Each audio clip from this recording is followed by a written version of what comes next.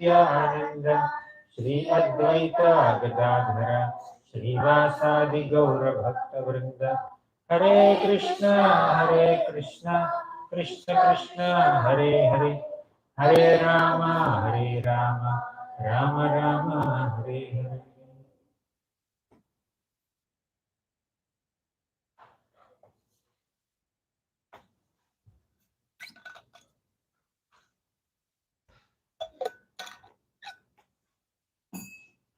Hare Krishna. My humble obeisances to all the devotees who have gathered for this Sunday Feast program at ISKCON Columbus. I was asked to speak on this topic, how to be an instrument in Krishna's plans, what it means to be an instrument in Krishna's hands. We'll discuss few things from Srimad Bhagavatam, Bhagavad Gita, and also Sri Caitanya Charitamrita, what it means to be an instrument in Krishna's plans. All of us are fragmental parts of Krishna, as Krishna said in Bhagavad Gita, Mamaivamsho Jiva Loke Jiva Bhuta Sanatana. We are all fragmental parts of the Supreme Lord Krishna. We are his amshas. And also, Lord Chaitanya Mahaprabhu said during the Ratha Yatra at Jagannath Puri, he said that I am not a Brahmana, I am not a Kshatriya, I am not a Vaishya, I am not a Shudra. I am not a Brahmachari, I am not a Grihastha, I am not a Vanaprastha, I am not a Sannyasi. And who am I? Gopi Bhartuh Padakamalayyor Dasa Dasa Anudasaha. I am just a servant of the servants of the gopis, of the master of the gopis. Gopi Bhartuh Padakamalayyor Dasa Anudasa. I am servant of the servant of Krishna. We are all amshas of Krishna. We are all servants of Krishna. We are all dependent on Krishna. Naturally, the credit for our accomplishments belongs to Krishna and not us. Okay. To be in this consciousness is to be an instrument in Krishna's hands. This is a short summary of the entire discussion that we are going to have. But let us substantiate this principle of being an instrument in Krishna's plans by quoting several shlokas and by remembering several pastimes from our scriptures like Bhagavad Gita, Srimad Bhagavatam, and Sri Caitanya Charitamrita in specific. And this word instrument comes prominently in the 11th chapter of Bhagavad Gita, where Krishna says, initially Arjuna said that Krishna, I have no attachment to this kingdom. That's good. Being detached is great. But don't be so attached to your detachment. Right? So you should not be so detached that you become so detached from Krishna's plan also. Arjuna was exhibiting so much of detachment from all the royal opulences and war, victory, etc., etc. First chapter is filled with description of Arjuna's compassion for his relatives and Arjuna's fear of future consequences of the war, fear of losing family traditions. He said many things. So many arguments he has given, logical arguments from his perspective. But Krishna said, what happened to you? Klaibyam masmagamaha partha naitatva upapadyate kshudram hridaya dorpalyam tyaktva uttishta parantapa. You are parantapa. Parantapa means one who defeats his enemies. You are known to be a great warrior. You have so many military certificates. You are a celebrated fighter of your times. How can you become so timid and so impotent at this hour of crisis? Get up. Tasmatvam uttishta isholabhasva. So he began saying like this, get up and fight from 2nd chapter. He continued the discussion till 11th chapter. Of course, till 18th chapter. In the 11th chapter he was saying, Tasmatvam uttishta yasholabhasva hitva shatrun bhung swarajyam samriddham Mayaivaite nihataha purvameva nimittamatram bhava savyasachin. Second chapter sloka. He just began with Klaibyam Masmaga Mahapartha Naitatva Upapadyate Kshudram Hridaya Dormulyam. You just give up your impotency, weakness of heart, get up and fight. Same statement, more or less. He repeated in the 11th chapter also, right?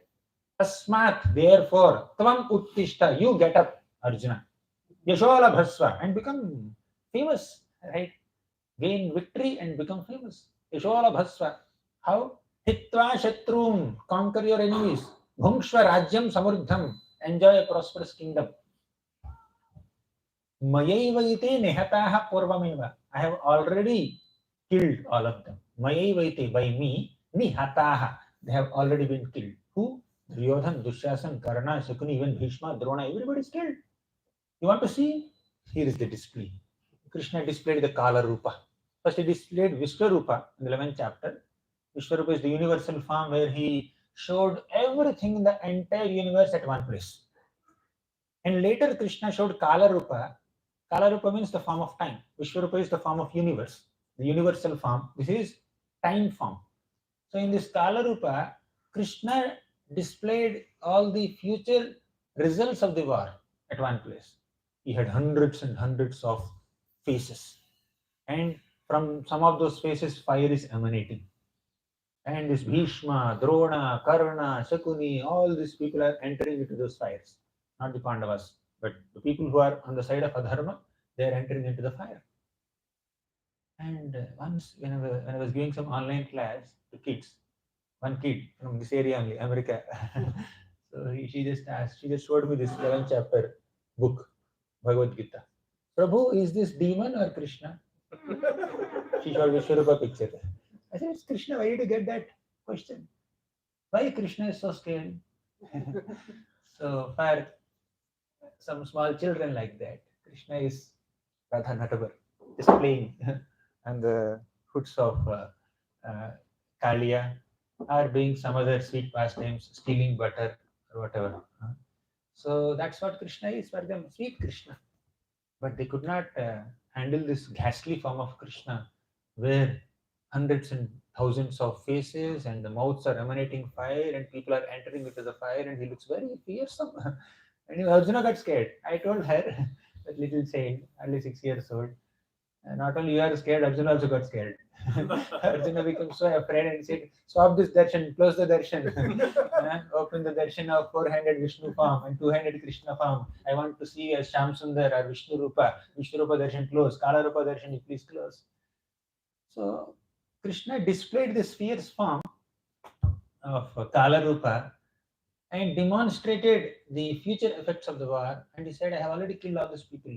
The moment they have insulted Draupadi, the moment they contemplated harm for my pure devotees, I have decided that I have to kill them. I have killed them. And what am I supposed to do? Arjuna is saying, you manifest their death. You have killed them, I have to manifest their death. Yes, that's what you are meant to do. So he says, Mayaivaite nihataha purvameva. Earlier only I have killed them. Nimittamatram bhava savyasachi. Bhava, you become. Savyasachi. What is Savyasachi? He can shoot arrows with two hands. Can you shoot arrows with two hands? We can't shoot even with one hand also. Right? We are not warriors. But Arjuna can shoot arrows with two hands. Okay, he is so expert. He doesn't have 4 hands, by the way. So Savyasachi. So on one hand, Krishna is describing Arjuna as Savyasachi. You are expert warrior. You are the greatest bowman. You are the holder of Gandiva bow. You are the most celebrated fighter of your times. On the other hand, he's saying, Nimitta Matram Bhava. You are just an instrument in my hands. You are so talented. You are so powerful. You are so great. You are so famous. But you are an instrument in my hands.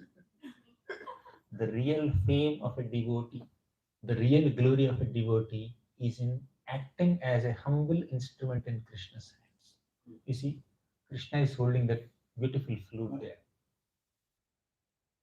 In Vrindavan, Krishna plays his flute. What is flute? A dry bamboo wood with some holes in it. That's all. Fine. Dry bamboo wood with holes in it. Vishnu Thakur describes in the 10th canto, 21st chapter. Something dry is moistening the eyes of hundreds and thousands of hearers of that flute song. Flute is dry, but it is bringing tears from the eyes of devotees, right? When the devotees hear Krishna's flute song, they have tears of ecstasy. Something that has holes in it, it cannot hold. This bottle is there is a hole here, it cannot hold water, isn't it? But Krishna's flute has so many holes, but the flute is holding so many ragas, right? So many ragas are coming out of that flute. It's holding so many ragas. So although flute is just a simple dry bamboo wood, Krishna has empowered the flute with the ability to mesmerize all the hearers of his flute song and bring tears from their eyes. And those tears are completely overwhelming them. When you get tears of ecstasy, it's like you are so absorbed, you are so involved. That flute song has completely captivated your heart, captured your attention. You feel that there's nothing else other than this. You feel like this flute song, let it continue forever. That's what they are feeling. So Krishna has empowered that flute with the ability to steal the hearts of everybody. You know Damodar Leela? What did Krishna do in Damodar Leela? His belly was tied with a rope, and the rope is tied to grinding mortar. So Krishna started crawling. By dragging the grinding mortar between two Yamalarjuna trees, he uprooted. Now just think about it logically. The rope is so small. Yashodamata did not tie Krishna with some iron shackles, iron chains. Simple household ropes and very soft silk ropes, not even jute ropes. She understands, if I take this rough jute ropes and my little baby's belly will be hurt, he will have some rashes. She got some simple silken ropes, right? And wooden grinding mortar, it's not so huge. It's very small. Household grinding mortar is to grind some spices, right? So mirchi, you have to grind some masala. So they use that wooden grinding mortar. Mortar is small. The rope is weak. But Krishna, when he pulled that mortar with the rope and went between the two trees were uprooted. And the trees were so gigantic. They were standing there for years together. They were so powerful. But Krishna empowered the rope and empowered the mortar with the ability to collapse, to uproot the huge Arjuna trees. That is Krishna's empowerment. If you just make a simple comparison, if the rope is strong, if the rope is stronger than the mortar, mortar will break. If the mortar is stronger than rope, rope will break. But in either case, trees will not fall down, right? But rope did not break, mortar did not break, trees fell down. What is this? Krishna has given that empowerment to the rope and the mortar with the ability to uproot Yamalarjuna trees, although they were so huge. With the wood in one Yamalarjuna tree, we can make 1,000 mortars probably, 1,000 wooden grinding mortars, right? But that mortar had the ability to collapse these Arjuna trees. That power is not the mortar's power, that is Krishna's power.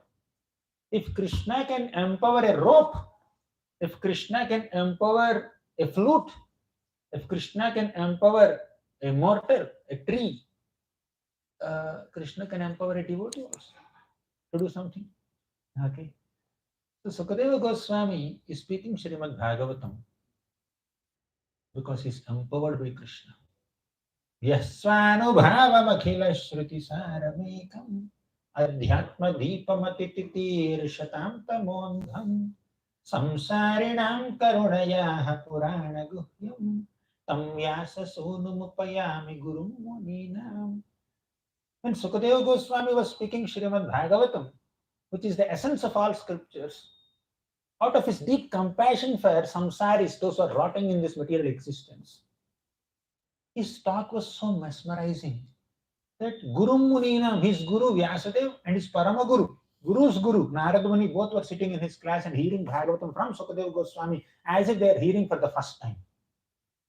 Vyasadeva did not say that I have taught him Bhagavatam. Narada Muni did not say I have taught his teacher.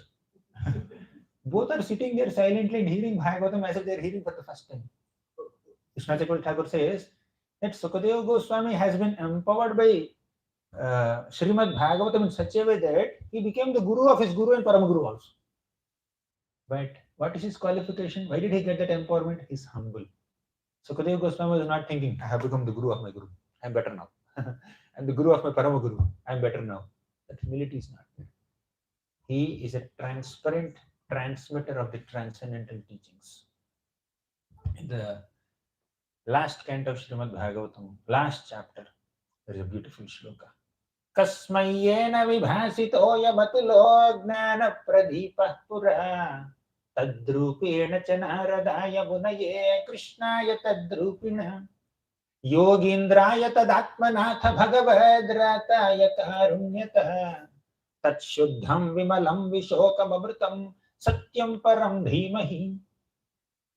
In this shloka, Sutta Goswami is saying that right in the beginning of creation, the Supreme Lord Krishna spoke Srimad Bhagavatam to Brahma. And through Brahma, Krishna only spoke Bhagavatam to Narada Muni. And through Narada Muni, Krishna only taught Bhagavatam to Vyasadeva. And in the form of Vyasadeva, he taught Bhagavatam to Sukadeva Goswami. In the form of Sukadeva Goswami, Krishna only spoke Bhagavatam to Parikshit Maharaj and Sutta Goswami. And later Sutta Goswami spoke to Naimisharanya sages. So in this glorious parampara, whether Krishna is speaking, or Brahma is speaking, or Narada Muni is speaking, or Vyasadeva is speaking, or Sukadeva Goswami is speaking, or Sutta Goswami is speaking, or one of us are speaking, if we are presenting the teachings as it is Krishna who is speaking. So the transcendental teachings of Krishna are transparently transmitted by all these teachers in the Guru Parampara for our transformation, to stop our tribulations, right? When we maintain the transparency, then our words are like Krishna's words. Not that we become Krishna, but we are representing Krishna. We are not a replacement for Krishna. We are representatives of Krishna, right? We are instruments in the hands of Krishna. When Krishna wants to inspire somebody, he may use our tongue, our mouth as an instrument to give that inspiration. Credit doesn't belong to us. Credit belongs to Krishna. Credit. Do you glorify the mortar? Wow, the mortar is so powerful. Mortar uprooted the Himalayas. Did you glorify the rope? The rope is so powerful. We can glorify also, of course. Satyavrata Muni glorified rope. What did he say? He said, Namaste Studamne Spuradipti Dhamne Tvadiyodaraya Tha Vishwasya Dhamne Namo Radhikayai Tvadiya Priyayai Namo Nantalilaya Devaya Tubhya. You may glorify the rope, but the credit belongs to Krishna. You may glorify the mortar, credit belongs to Krishna. You may glorify Arjuna, you may glorify all the parampara. Of course, we have to. But what is the consciousness of a sincere devotee? I am a servant of Krishna. I am empowered by Krishna. Now we spoke a lot about Arjuna. Nimittamatram bhava samvyasachin. After Kurukshetra war was over, after Yudhishthira Maharaj became the king of Hastinapur, then Krishna departed eventually. Krishna went away from this planet. And Yudhishthira Maharaj did not know this. He was sensing something. He was getting some clues. But he did not officially, he was not communicated that Krishna has departed from this planet. So at that time, Arjuna went to Dwaraka and he stayed there for 7 months. He did not come back.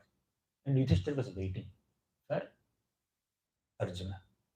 So Arjuna came after 7 months. And as soon as Yudhishthira saw Arjuna, Yudhishthira just bombarded Arjuna with hundreds of questions. He asked about the welfare of all the relatives at Dwaraka. And Arjuna could not speak only. Arjuna was so overwhelmed with feelings of separation. He was thinking that, oh my God, this brother is asking 100 questions. What will I answer? He's asking about the welfare of our relatives at Dwaraka, but none of the relatives are existing now. They all departed from this planet. So they were a bit, he was feeling very overwhelmed. And after that, Yudhishthira Maharaj also asked about the personal welfare of Arjuna. Then also Arjuna was not responding. Finally, Arjuna opened his mouth. After some hundreds of questions asked by Yudhishthira Maharaj, Arjuna finally opened his mouth. The first thing that he said was, Vanchitoham Maharaja Harina Bandhurupina Yena me pahrutam tejo deva vismapanam mahat. Vanchitoham Maharaja. Oh Maharaja Yudhishthir. Vanchitoham. I have been cheated. I have been royally cheated. What happened? Harina Bandhurupina. Lord Hari appeared as my Bandhu, as my dear relative, friend, companion. But Yename Apahartam Tejo Deva Vismapanam Mahat. Now that he disappeared from this planet, all my Teja has been stolen away. It has been taken away. Hari gives you powers. Hari steals your powers back also. So with my powers, I could mesmerize millions of people earlier. So many kings came and bowed down in front of me. Arjuna, there's no warrior better than you. But now I could not even defeat some cowherds. I could not even defeat some cowherd men also because all my power is gone along with Krishna. Prabhupada writes a brilliant purport. You please refer to first canto, 15th chapter, 5th purport. Try to memorize it. If possible, verbatim you memorize it. At least get the essence of it. That is very much required for us to survive in the path of bhakti without becoming proud, without becoming puffed up of our accomplishments and achievements. Even our devotional accomplishments, spiritual achievements also could make us proud if we are in proper consciousness. So in this purport, Prabhupada beautifully writes, very beautifully. He says, even great devatas like Brahma or even pure devotees like Arjuna and Pandavas, they are given certain powers by the Lord. The Lord gives them some powers. And once the service is completed, the Lord will withdraw those powers. Krishna gives us some powers or talents or skills or manpower or money or resources or whatever we have, whatever we possess. Krishna will bestow those possessions to us so that we use these possessions in Krishna's seva. And once the service is completed, Krishna will take them away. Arjuna was a great celebrated warrior. He had great military skills. He was having Gandiva bow. Why Krishna has given all that to Arjuna? Because they were required to serve Krishna, to establish dharma in this world. The purpose of Krishna's descent is what? Paritranaya sadhona vinashaya dushkrutam dharma samsthapanarthaya. So to protect the righteous, to punish the vicious, and to establish dharma, Krishna descended. And what is Pandava's duty? Pandava's duty is to assist Krishna in doing these three things, isn't it? So now that is finished. The service is over. And Krishna has taken away all the powers. And Arjuna is totally powerless now, completely. And Arjuna is not lamenting for the loss of his powers. Arjuna is lamenting because he was missing Krishna. Okay. So Prabhupada writes that we may have so many talents. We may be expert singers, expert speakers, expert cooks, expert managers, expert book distributors, or expert whatever. There may be hundreds of things that we may do for Krishna. We may gain some expertise in all that. But that expertise is given by Krishna. And we have to responsibly utilize all that expertise and experience and resources in Krishna's seva without getting attached to those expertise. Without getting attached to the name, fame, and prestige that we get by exhibiting those expertise. Right? When we utilize all these skills and talents in Krishna seva, people will glorify us. People will say, wow, amazing, wonderful, excellent.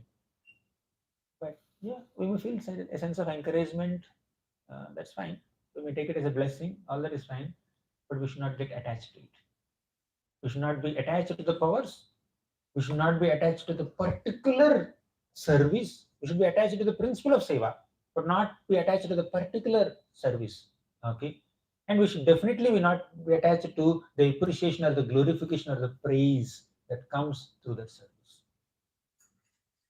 Our attachment should be in to get an opportunity to participate in the service. Right? So participation in service is important, not the recognition that we get by that participation. Okay. When we participate in Krishna's seva, we should feel fortunate, we should feel happy, we should feel grateful for getting an opportunity to serve Krishna, we should participate enthusiastically. But if our focus goes from participation to recognition, gone. We'll be demotivated, because recognition comes and goes. Sometimes we are recognized, sometimes someone else is recognized. How comfortable are we when someone else is recognized and not me? Okay. So we should be always eager to render service to Krishna, knowing that the opportunity to render service to Krishna and the ability to render service to Krishna, both are coming from Krishna only. He gives us opportunities, he gives us abilities. That's all. And he gives us inspiration also. We may have ability, we may have opportunity, but we may not be inspired to do seva. That's another issue. So Krishna gives opportunity, inspiration, and ability. So what is our role here? If everything he is doing, what is our role here? Nimittamatram bhavasavyasachini. We are an instrument in Krishna's plan. Krishna desired that this service should happen, and we are fortunate to get an opportunity to participate in the execution of that service. That's all. His desire. We are instruments in his desires, his plans, and we are nimittamatram. That's what Krishna is teaching us. Let me tell you one example. In Ramayana, Hanumanji, he was made the hero of Ramayana, actually speaking. The most exciting and beautiful aspect of Ramayana is Sundarakanda. It's considered like that. Sundarakanda is Sundar, very beautiful. So in Sundarakanda, what is Ram's role? He's there in the tongue of Hanuman. He's there in the mind of Sita Devi, or the heart of Sita Devi. But he's just sitting in Kishkinda. Hanuman is running the show, right from beginning of Sundarakanda till the end of Sundarakanda. Because Hanuman was made so prominent. Hanumanji was jumping across the Lanka ocean, and he was finding Sita Devi, and he's burning Lanka, he's coming back and giving that news to Ram, and Ram becomes so grateful to Hanuman. Hanumanji was given so much of prominence in Ramayana. And in Yuddhakanda, when Ram and Lakshman, they faint, Hanumanji goes Sanjeevani Mount, goes to Himalayas, gets Sanjeevani mountain and revives Lakshman. So to this degree, Hanumanji was given prominence in Ramayana. When it came to Mahabharata, what was the role given to Hanumanji? You just sit on Arjuna's flag and bless him. That's all you need to do. And when Bhima roars in the battlefield, you join him and you also roar. So Hanumanji is capable of making a chutney out of all Duryodhan, Dushasan, Karna, Sakuni. He doesn't need 18 days to finish this Kurukshetra war. He just needs 18 minutes or 18 seconds or whatever. Right? Hanumanji becomes so big and then tramples on all the 18 Akshohinis of army, or 11 Akshohinis of armies that the Kauravas have gathered. Then war is over in few minutes. Hanumanji had that much power. But what is the role given by Krishna to him? You just sit on the flag, that's all. Don't do nothing. Nimittamatram bhava. Savyasachini. So sometimes Krishna gives us powers to execute some services, and Krishna also gives us the opportunities to execute some services. Okay. And that Krishna's sanction is our eligibility. We may have the ability, but we may not have the eligibility to do seva. Okay. So eligibility is given by Krishna, ability is also given by Krishna. Sometimes Krishna may give you ability, but he may not give you that opportunity. So we have to maintain low profile, that's all. Krishna wanted to give this very important lesson. What lesson? However powerful you are, however great you are, however talented you are, however influential you are, if you take the side of adharma, you will be defeated. Krishna wanted to give this message to everyone. And he made Bhishma as an instrument in his plan to give this message to people. Bhishma, I have a role. Very important role in my drama. Will you play? What role? Negative role. Will you play? Bhishma said, okay, my dear Lord. You will be killed. Okay, no problem. You will be misunderstood by so many people. People will misunderstand that although you have ability, you are taking the side of adharma. You are not protecting Draupadi. You are siding Duryodhan. People will misunderstand you. Are you okay with it? My dear Lord, if that pleases you, if that assists you in your pastimes, I'm okay. That's what made Bhishma Mahajan. Bhishma did not become Mahajan for taking the side of Duryodhan. Bhishma became Mahajan for taking the side of Duryodhan to execute Krishna's will. Right? So people may question, Mahajan? You call him Mahajan? He's out on the side of Duryodhan. No, he fought on the side of Duryodhan on behalf of Krishna. His body is on the side of Duryodhan, his heart is on the side of Pandavas, heart is on the side of Krishna. Right? So sometimes you can stand against Krishna and be with Krishna also. And Krishna was giving more mercy to Bhishma than even Arjuna. So in this war, Arjuna was behind Krishna, and Arjuna was seeing the back of Krishna, and Bhishma was seeing the beautiful form of Krishna, standing in front, sitting in front, or whatever. So this is what it means to be an instrument in Krishna's plan. What kind of requirements may come in Krishna's service, we don't know. Sometimes my Krishna will keep us in limelight. Sometimes my Krishna will keep us inside a room. No light for you. No problem. Stay in darkness. Okay. But the heart is getting illuminated by Krishna Prema. Okay. So to be an instrument in Krishna's plan means to accept Krishna's will and execute Krishna's will to the best of our ability, which is actually given by the Lord. Okay. Not having any personal agendas or preferences. That's what Bhagavatam says. Savai pumsam paro dharmo yato bhaktira dhokshaji ahaituki apratihata yayatma suprasidati. Ahaituki, no personal agendas, no selfish desires, no ulterior motives. Right? Only motive is to please Krishna the way he wants, not the way I want. Krishna may expect us to do something which may not be apparently very exciting. He asked me to do this. There are so many people. You catch some other volunteer. I will not do it. Whatever Krishna expects us to do, so we do. Sometimes he may put us in the limelight, although we are not very, very comfortable there. Sometimes he may expect us to take a low profile, although we want to come in front. We don't know what it means, what exactly Krishna expects us. So Hanumanji was made hero in Ramayana, but he was given a small role in Kurukshetra war. Just roar with Bhima, that is your role. Roaring is your role. Okay. And bless Hanumanji. Just sit on the flag. Sit on the flag. No, Hanumanji is very action oriented. He can just move anywhere. Okay. Hanumanji was a Vanara also. But Lord said, just sit there only. Sit there. Keep quiet. So he's an instrument in Krishna's plan. Prabhupada also writes in that 1.15.5 purport. He says that we should not be puffed up or proud of the borrowed plumes of feather. When a crow takes some peacock's feathers and puts in its tail and then says, I'm looking so beautiful, so mesmerizing, take a selfie with me. Right? So the crow will only make fun of its own self. Similarly, if we think we are the doers, we are jokers. We are not doers, we are jokers. If you think we are doers. Okay.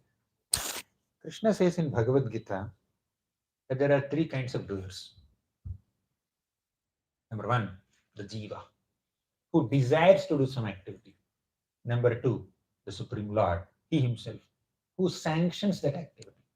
Number three, Prakriti, that facilitates. Jiva desires, the Lord sanctions, and Prakriti facilitates. For the accomplishment of any task, there are three doers you are seeing. And Jiva means not just one Jiva, there are 100 Jivas there. All of them we are putting in one category. Okay. So when so many people are involved, then where is my credit? How much credit do I have? For example, somebody does the deity so nicely, very beautifully. So the darshan came out well. And the pujari is being glorified by different devotees. Wow, such an amazing dressing you have done. But if you see what has happened in the background, the dressing is beautiful, Firstly, because the deity is beautiful. Krishna himself is so beautiful. Some sculptor has carved the deity so nicely. Some devotee has welcomed Krishna so nicely and desired that its worship should happen. So a lot of credit goes there. Okay, but Krishna stood there. Although we may have so many artistic abilities, but Krishna is standing there. He is the center of that beauty. Second, someone has stitched the dress so nicely. They selected the right color combination. They brought all the jewelry and embroidery and then stitched it properly. So that's one thing. Some credit should go to the dressmakers also. And someone has selected the jewelry.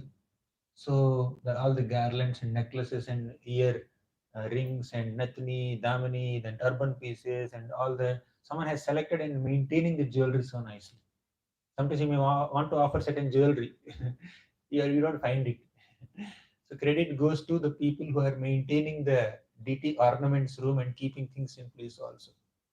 The credit for your dressing should go to them also, isn't it? I'm in a DT department, I understand this. And second, many devotees have made the garlands so nice. Okay, garland makers, dress makers, ornament makers, and whoever, all the DT altar background servers and the DT who the carver of the DT and all the devotees. The credit of one nice darshan goes to so many people, not just the person who has done the dressing by spending half an hour or 1 hour, isn't it? Yeah, that's another very important question, any important consideration. When we love Krishna, he appears beautiful to us. Beauty lies in the eyes of the beholder also. So how can I take credit for my dressing seva? Right? So garland is made by somebody else, right? So how can I take credit for my dressing seva? So a humble devotee is one who is very, very enthusiastic to render service and very responsible in rendering service as if he is doing it, right? So you should have that commitment, determination to do that service, that quote unquote positive passion to do that service. Yes, but at heart he understands service is happening by Krishna's will, Krishna's empowerment. I'm doing it, but I'm doing it only with the ability and inspiration and opportunity given to me by Krishna. Ultimately, credit goes to Krishna and his representatives, Guru, Krishna, Vaishnavas. They are there behind me. They are there with me. They are there in front of me. They are leading me. They are pushing me from behind. They are pulling me from front. They are just carrying me from on either side. So what is my role here? Right? So that does not mean I don't have any role to play. Let me keep quiet. So we should utilize the God-given abilities in Krishna Seva responsibly. Please refer to 1.15.5 purport. And 21 also, 2021 also Prabhupada writes beautiful. Arjuna only says this verse. Tadvai dhanushta ishavaha saratho hayaste soham rathi nrpatayo yata anamanti sarvam kshanena tadabhuda sadishariktam bhasmam hutam kuhakaradhamivopamushyam. He says that, my dear brother, Yudhishthir Maharaj, please hear my realizations. What is the realization? He said, Tadvai dhanushta ishavaha sarathor hayaste. I am the same Arjuna, I have the same Gandiva bow, I have the same chariot, I have the same horses, I have the same arrows, and the same warrior. Soham rathi nrpatayo yata anamanti. So many Athirathis, Maharathis, and big warriors would come and offer obeisances to me. I'm that great warrior. But now I have become totally powerless. Sarvam kshanena tadabhud asat ishariktam. Ishariktam means because Krishna is not there with me now, everything has become useless. I have become powerless. I don't have any ability to even fight with a cowherd boy also. What to speak of warriors, right? He says all this paraphernalia becomes so useless, like bhasmam hutam, like oblations offered in ashes. You conduct a sacrifice. You pour pure organic cow ghee or whatever into the sacrifice by chanting mantras. It is called sacrifice. But if there is some ash, a big pile of ash, you pour 10 kilos of organic ghee in it. Will you call it sacrifice? Will you call it yajna? All right. So my powers are like that. Ishariktam. When Krishna is not there, My powers are like oblations in ashes. My powers are like money created by the magic wand of a magician. You see, magicians in our childhood, when I was in 8th standard, one magician came to our school, right? He is doing a lot of magic, very thin person with his black coat, he has something, he is doing like that. He brought a machine. He put a white paper on one side and he's rolling that machine. 2000 rupee note came out. Or 100 rupee note, something like that. I don't remember now. In those days, 2000 rupee notes were not there, 25 years back or whatever. So 100 rupees note came out. If you can create money like that, why is he doing magic shows for 100 rupees payment? Right? So the money created by the magic wand of a magician is of no use. The sown in barren land are also of no use. Similarly, we may have so many talents and skills and positions and possessions. If Krishna's blessings are not there, they are of no use. Right? Whatever we have, it is meant to be utilized in Krishna's seva. And that is not there, then what's the use of having so many useless possessions or positions? So we should not be attached to our positions or possessions or powers. We should be attached to the principle of rendering service to Krishna. Whatever I have, let me use in Krishna's seva. So this is what Krishna is repeatedly teaching us. And Arjuna went into a deep remembrance. He said, closed his eyes and he said, my dear Lord, my dear Yudhishthira Maharaj, we could win over so many warriors on this Kurukshetra battle only because of Krishna. I could win the hand of Draupadi and solve that Matsya Yantra only by Krishna's grace. I could kill the Nivata Kavacha demons by Krishna's grace only. I could defeat entire Kuru army and protect Virata Maharaj's cows only by Krishna's grace. I could defeat Indra and Mayadanava by Krishna's grace. Mayadanava has created Maya Sabha for us by Krishna's grace. If Krishna is not there, we cannot do anything. And earlier, Yudhishthira also said the same thing. Whatever we have, our victory, our positions, our possessions, our prosperity, everything is by Krishna. And Kunti Mata also said that. Krishna, after Kurukshetra war, he wanted to go to Dwarka. Kunti came running and said, Krishna, you are going to Dwarka? Who will protect my sons? Krishna said, Bhima is so powerful, Arjuna is so powerful, and you have the personification of Dharma, our dear Yudhishthira Maharaj.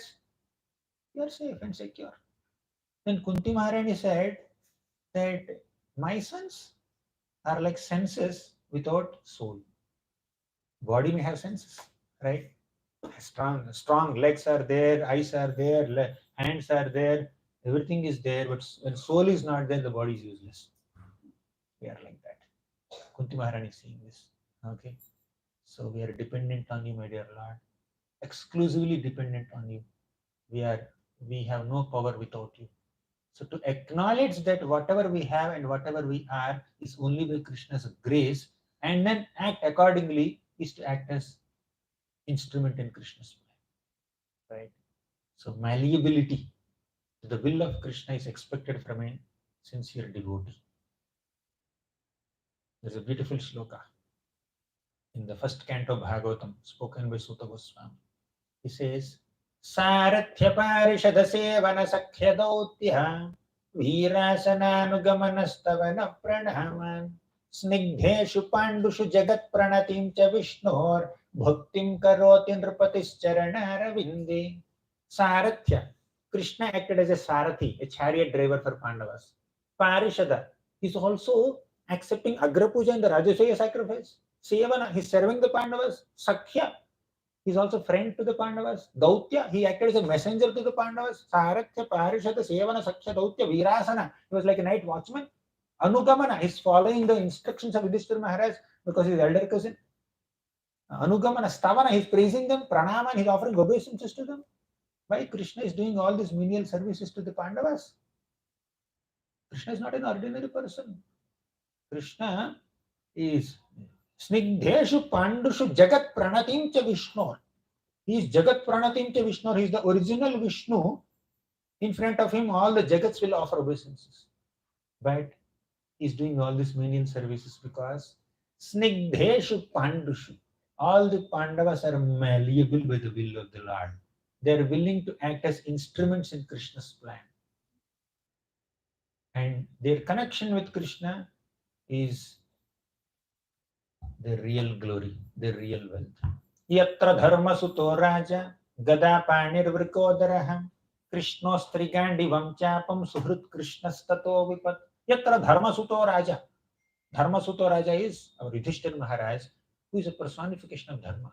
Gada panir vrikodarah. Vrikodara, our Bhima, he is Gada panir.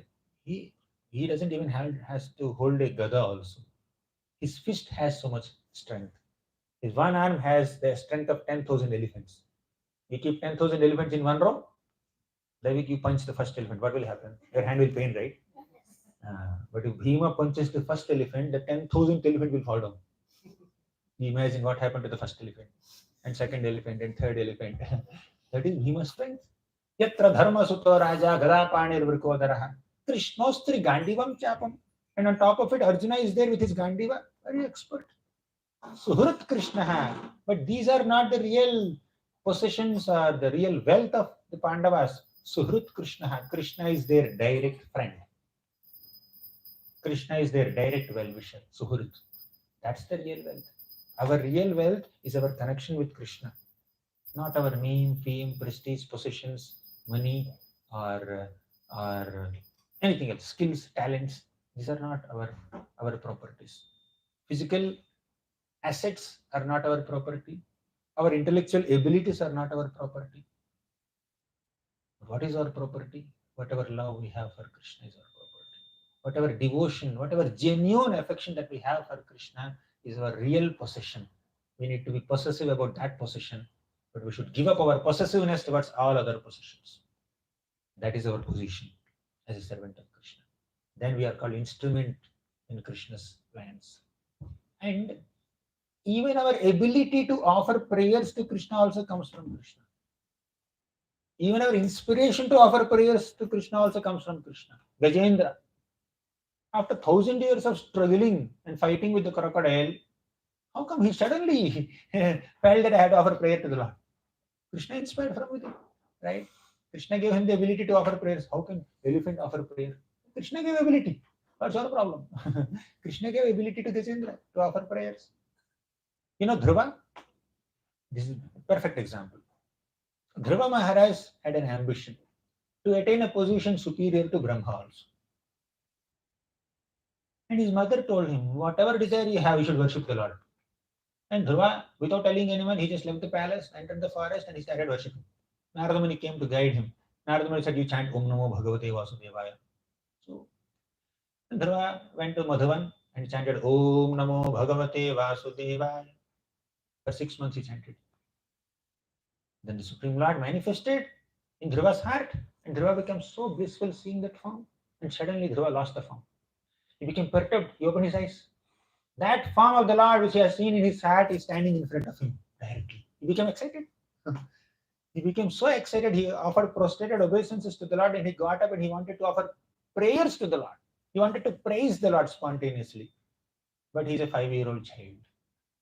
He does not have so much vocabulary, no experience, not so much knowledge, no poetic abilities to compose prayers. The Lord understood his awkward situation. Then the Lord took his conch shell, Panchajanya conch shell, and touched Dhruva's head with that conch shell. Entire Vedic knowledge has been revealed to Dhruva just with the touch of the Lord's conch shell. Then Dhruva offered eloquent prayers. You know what he said? Yontah pravishya mama vachamimam prasuttam sanjeevayatyakila shaktidharah swadhamnam anyamsya hastacharana shravanatvagadin pranan namo bhagavate purushaya tubhyam. Yo antah pravishya, Krishna, you have entered within me. Mama vachamimam prasuttam. And you have awakened my ability to speak. My power of speech is sleeping till now. And you have awakened it. Why power of speech is sleeping? Not sleeping actually. He spoke so many things in front of Narada Muni. Narada Muni said, my dear child, please go back home. He said, no, my blood is boiling now. I want to take revenge on my stepmother. Suruchi, she insulted me. My heart is pained by her harsh words. I have to do something. I want to attain a position superior to even my great-grandfather Brahma also. I was not allowed to sit on my father's lap. I was not allowed to sit on my father's throne. He said so many things. But now he's saying, so far my power of speech is sleeping. And you have awakened it. The meaning, the intention here is, my dear Lord, unless the power of speech that I have is utilized in your seva, it is sleeping only.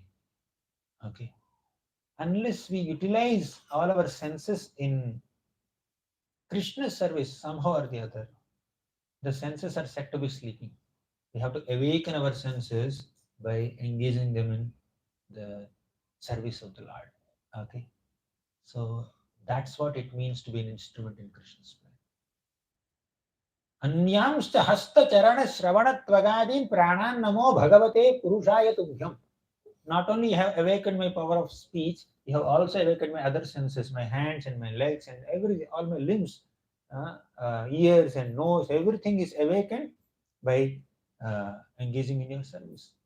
So whatever ability that we have, the ability of the senses, ability of the words, ability of the mind, ability of the intellect, everything must be utilized in Krishna's seva. That's what it means to be an instrument in Krishna's plan. I am Krishna's. I belong to Krishna. And whatever I do is for Krishna. Yat karoshi, yat ashnasi, yat juhoshi, dadasi, yat tapassasi kaunteya, tat kurushva madarpanam. Unless I am doing whatever I am doing for Krishna's grace, I am not acting as Krishna's servant or an instrument in Krishna's plans. So when I take a pen and do a signature, who did the signature? It's me or the pen? It's a pen. Pen wrote. But does the pen have the ability to do the signature? I have to hold it, then only pen can write. Similarly, do I have the ability to do anything? Krishna is holding me. Krishna is making me do things. I am not the doer. This sense of doership will spoil our devotion, because this sense of doership is inseparable from sense of enjoyership. If I think I am the doer, I will naturally think I am the enjoyer. I did this seva, so let me enjoy the results of this seva. I am entitled for all the privileges that come by doing this seva. So a sense of entitlement will come. A sense of gratitude will go. So when we have this sense of doership, we think we are the enjoyers. Doer, enjoyer. And I deserve things, but we cannot be grateful. So an ideal devotee, a humble devotee is one who becomes grateful for the opportunity to render service and perform service with full responsibility and commitment and dedication, yet gives all credit to Krishna, Guru and Vaishnavas, and be very grateful and is not very eager to take credit. You know, when Prabhupada wrote Sri Caitanya Charitamrita, at the end he wrote that by the grace of my Guru, Bhaktivedanta Saraswati Thakur, I could complete this. Whatever credit is there for my translation work should go to my Guru Bhaktivedanta Saraswati Thakur, not me. I don't have bhakti, I don't have great devotion, I'm not a great devotee, and I don't know the Vedas also. I don't know so much philosophy also. Bhaktivedanta Swami is claiming that I don't have bhakti, I don't know Vedanta. Whatever I know, whatever I did is only by the grace of my Guru, Bhaktivedanta Saraswati Thakur.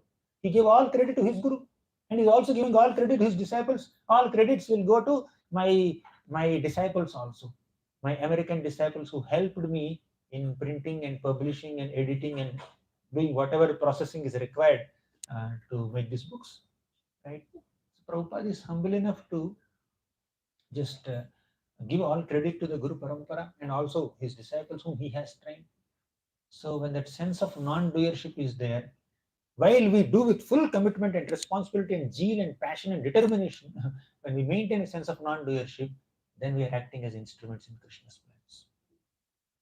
Sutta Goswami says that birds fly high into the sky as far as their ability of flying is there. Sometimes you see some birds, peacock, how much it can fly. How peacock cannot fly so high, right? It may just at the max go on the boundary wall. But there are some other birds like sparrows, they can fly higher. Crows, they can fly higher. Pigeons, they can fly higher. Eagles, they can fly much higher. Vultures, they can fly more higher.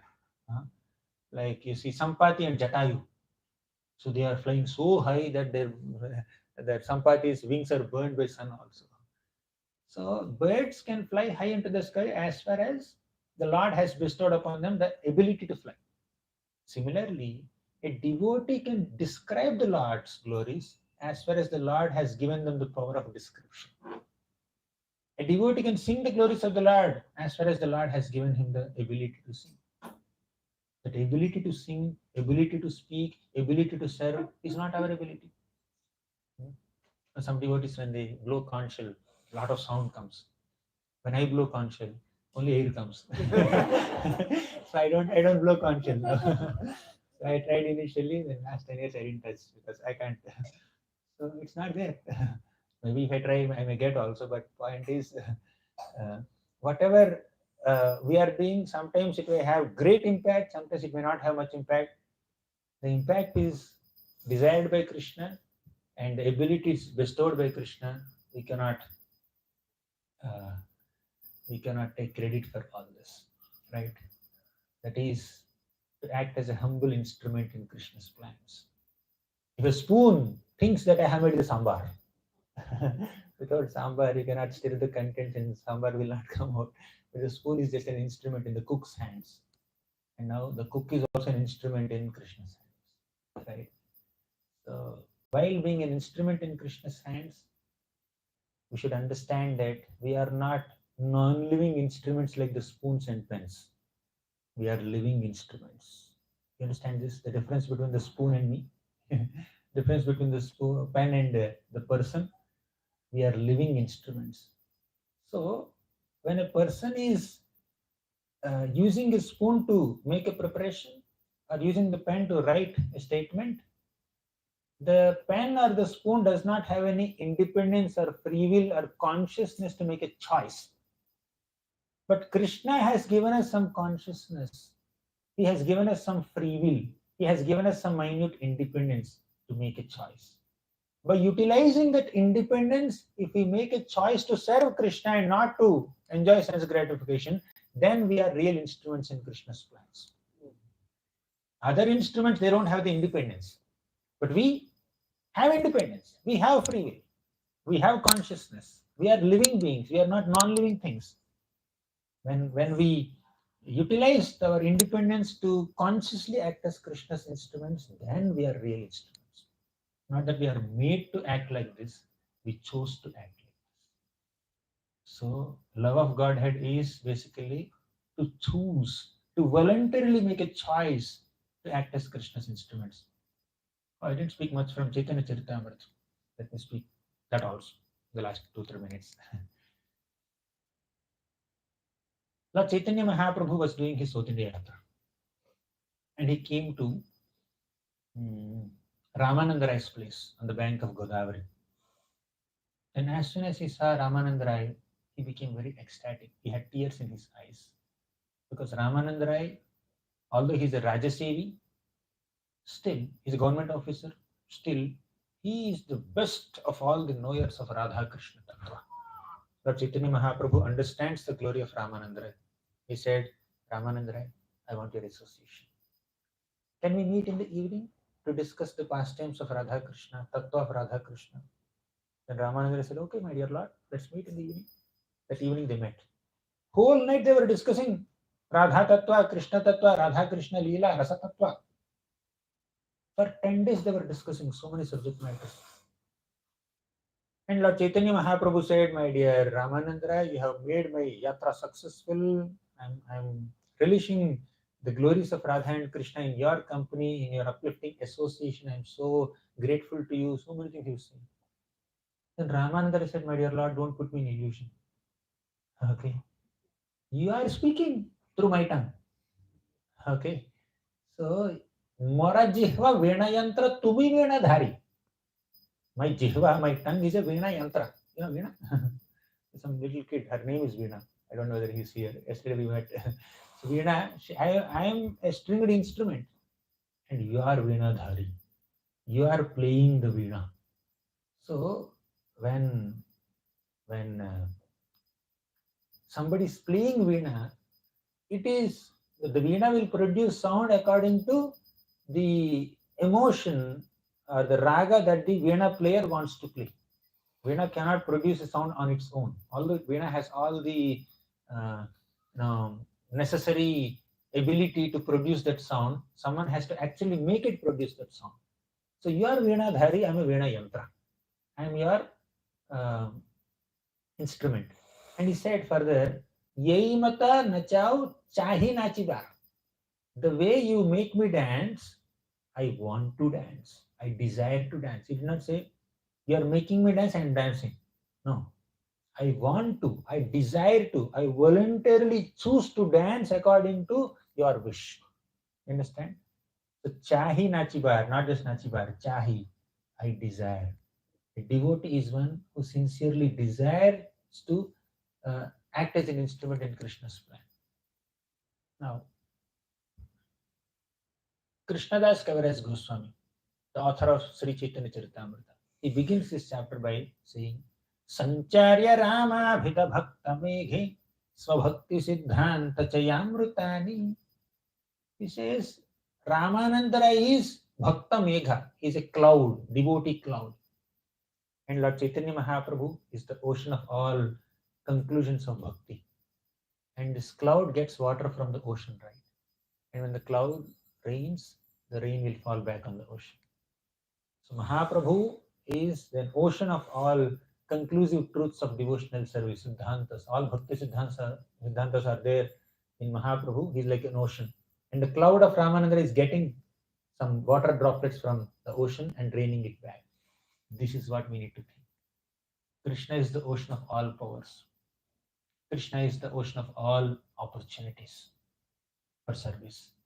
And I am a cloud getting some droplets of water from this ocean, not the salt ocean, nectarian ocean. Okay, I'm getting some droplets from this ocean and I'm giving it back to them. We get powers from Krishna and we use the powers in Krishna's seva. That's the life of a devotee, to act as instrument in Krishna's plans, right? We receive powers from Krishna, we use powers in Krishna's seva. And that's the perfection of human life. And that's the aspiration of all pure devotees. Lord, just make me act the way you want me to act. I'm ready. Tell me. Karishye vachanam tava. Initially, our Arjuna said, I will not fight. Utilize his intelligence. He thought that he's a well-wisher of all the warriors on the battlefield. He has compassion. Krishna, you are asking me to kill? You are asking me to be violent? Krishna said, you are not Suhridam Sarva Bhutanam. I am Suhridam Sarva Bhutanam. Right? You are thinking that you are acting as a well-wisher by saying that you will not kill them. And am I not well-wisher? If I say that you kill them, am I not well-wisher? I am well-wisher. That's why I am asking you to kill them. They need to be killed for the mistakes that they have done. For the mistakes that they have done.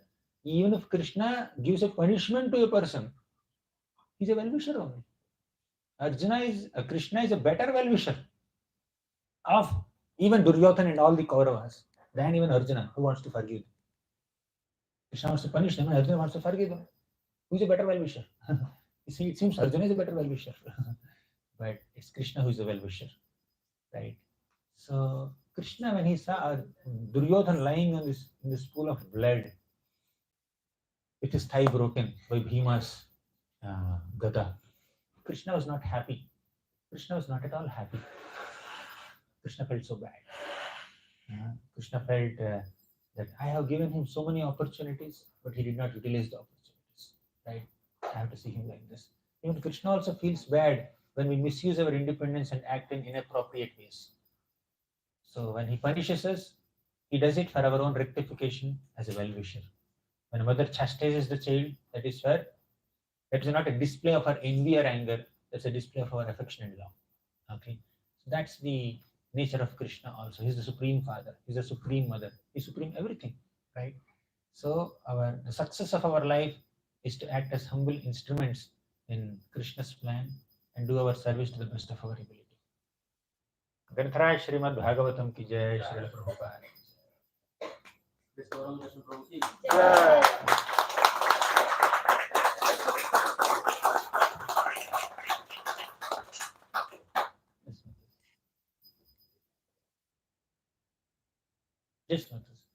the organizers can say how much time we have. I have an instrument in their plans.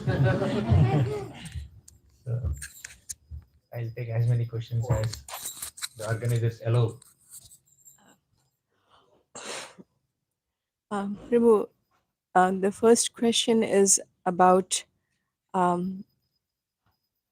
what you said is truth to hear and to accept intellectually or even mentally, but my conditionings and my false ego are deeper than any beautiful presentation I may read or hear about. If you could comment on that. And the second question, should I ask later or now? Yes, as you said, sometimes our own conditionings and egoistic conceptions may not allow us to accept that we are instruments, we are humble servants, but we may think we are the doers. Even if I don't consciously think, it's just the baseline of my existence.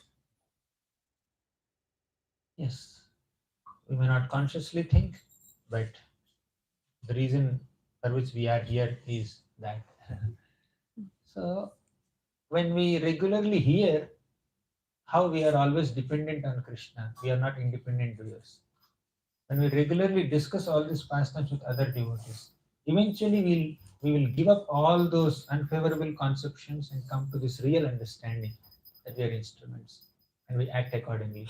So constantly discussing and hearing and also seeing the examples of some sincere devotees, live examples of sincere devotees who are really acting as uh, humble servants of the Lord and not having pride or greed or envy or some kind of egoistic conceptions.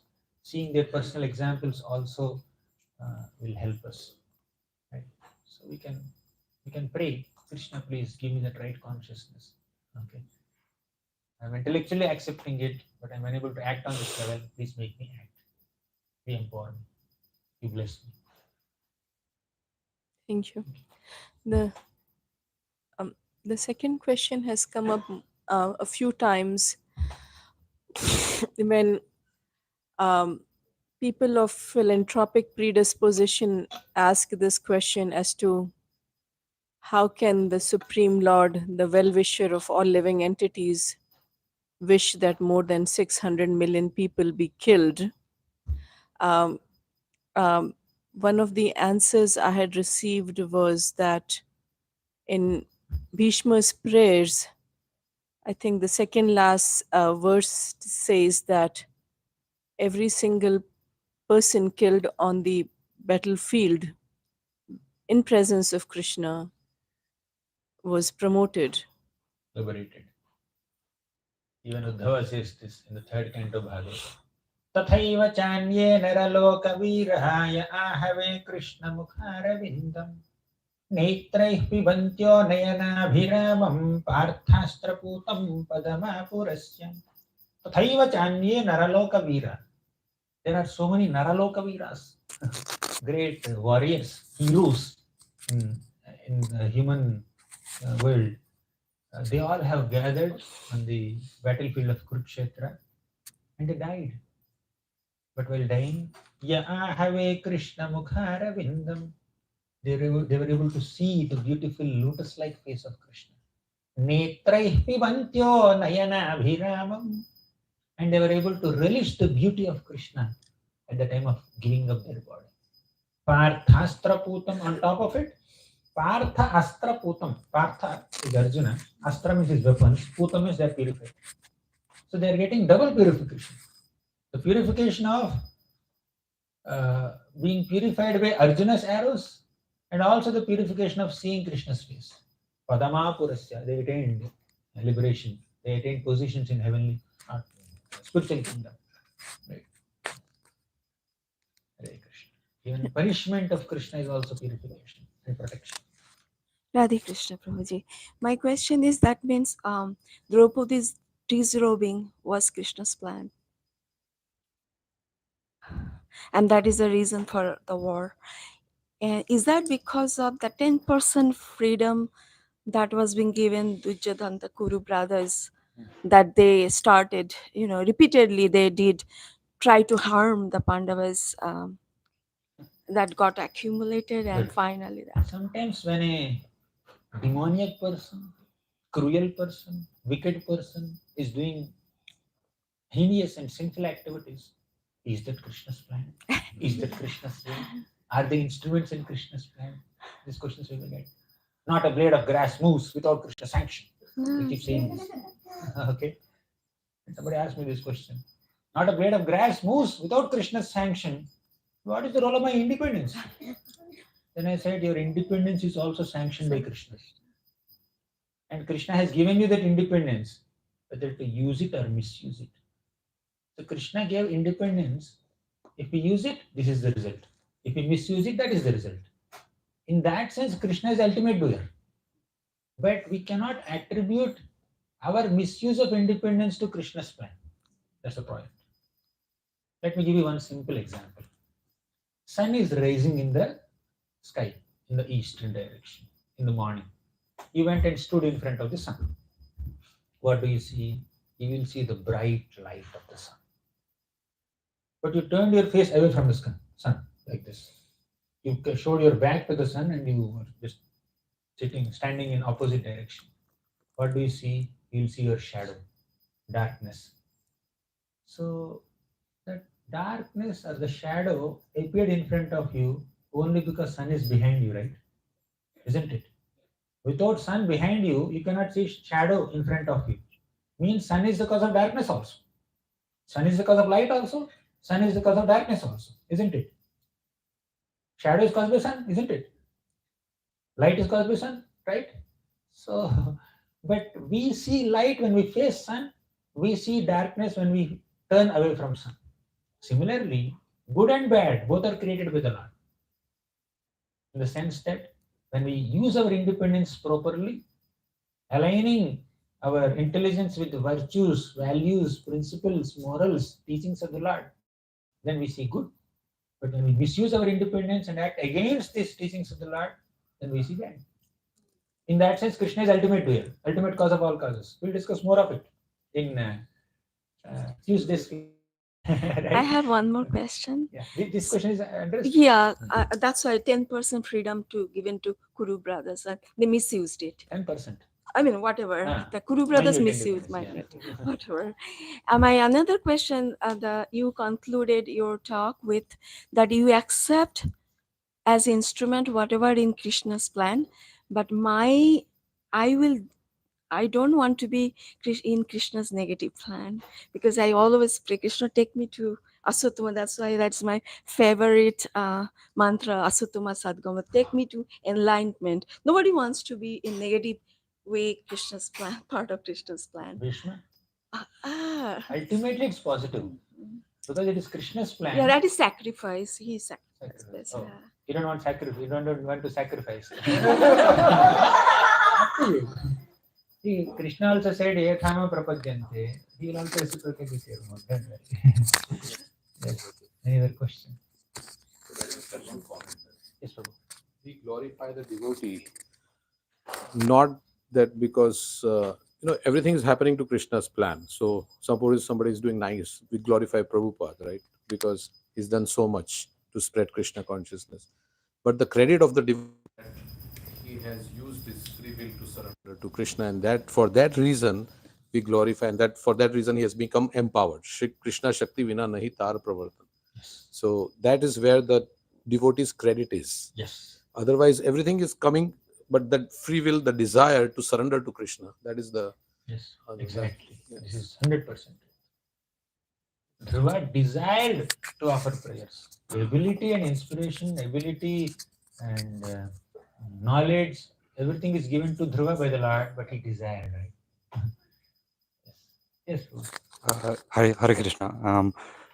You said the jiva desires Krishna sanctions and Prakriti facilitates, but if our constitutional position is to be a non-doer, where is there a place for desire? how can we desire if we shouldn't be It's not that doing? constitutional position is non-doer. Our constitutional position is to be servant of Krishna, and a servant does service. So our constitutional position is to serve Krishna. There is action involved, there is emotion involved, there is intelligence involved. All this is involved. It's not that we are void, we are attributeless. So there is action, there is emotion, there is expression. Everything is there in our constitutional position. But we serve not in the mood of being accomplishers or achievers. We serve in the mode of being instruments, in the mode of being servants. The mode we are discussing about. But doing is an action is there, of course. We mentioned it several times. We have to be responsible, we have to be committed, we have to be determined to render services. And we think that, yes, if I'm not there, the service will not happen. In the sense that you are responsible for that service, not that you are the doer. Ultimately, Krishna is doing it. Krishna is making it happen. But Krishna wants you to participate for your purification. So that's our eagerness. That's our enthusiasm. Make sense? Yes. Thank you.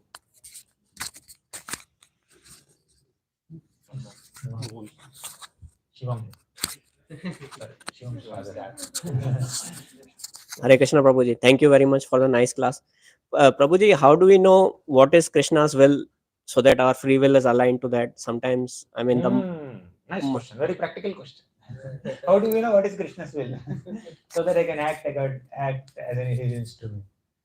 Krishna's will is communicated to us by his representatives. Guru, spiritual master, is the representative of Krishna. The Vaishnavas are the representatives of Krishna. Parampara, the Guru Parampara is the representative of Krishna. And we have access to Krishna's words also directly, isn't it? You open Bhagavad Gita, you'll understand what Krishna wants us to do. What Krishna wants us to do? Manmana bhava madbhakto vadya jivam namaskuru patram pushpam phalam toyam yome bhaktya prayachati ananyasinta yanto mam yejana padipasati. This is Krishna's expectations are clear. Right? What Krishna wants us to do, he has clearly mentioned in his books. And they are further explained to us by Acharyas like Srila Prabhupada. And there are other followers and representatives of Prabhupada who are explaining them even more elaborately and then giving us practical services, what exactly we are supposed to do. It could be cooking, or it could be dressing, or it could be preaching, or it could be distributing books, or whatever. Okay. Thank you. Hare Krishna. Any other question or comment, or should we conclude? It's 1:55. Sorry, 12:55. Yes, we'll conclude. Thank you very much. Granthara Srimad Bhagavatam ki jai, Srila Prabhupada.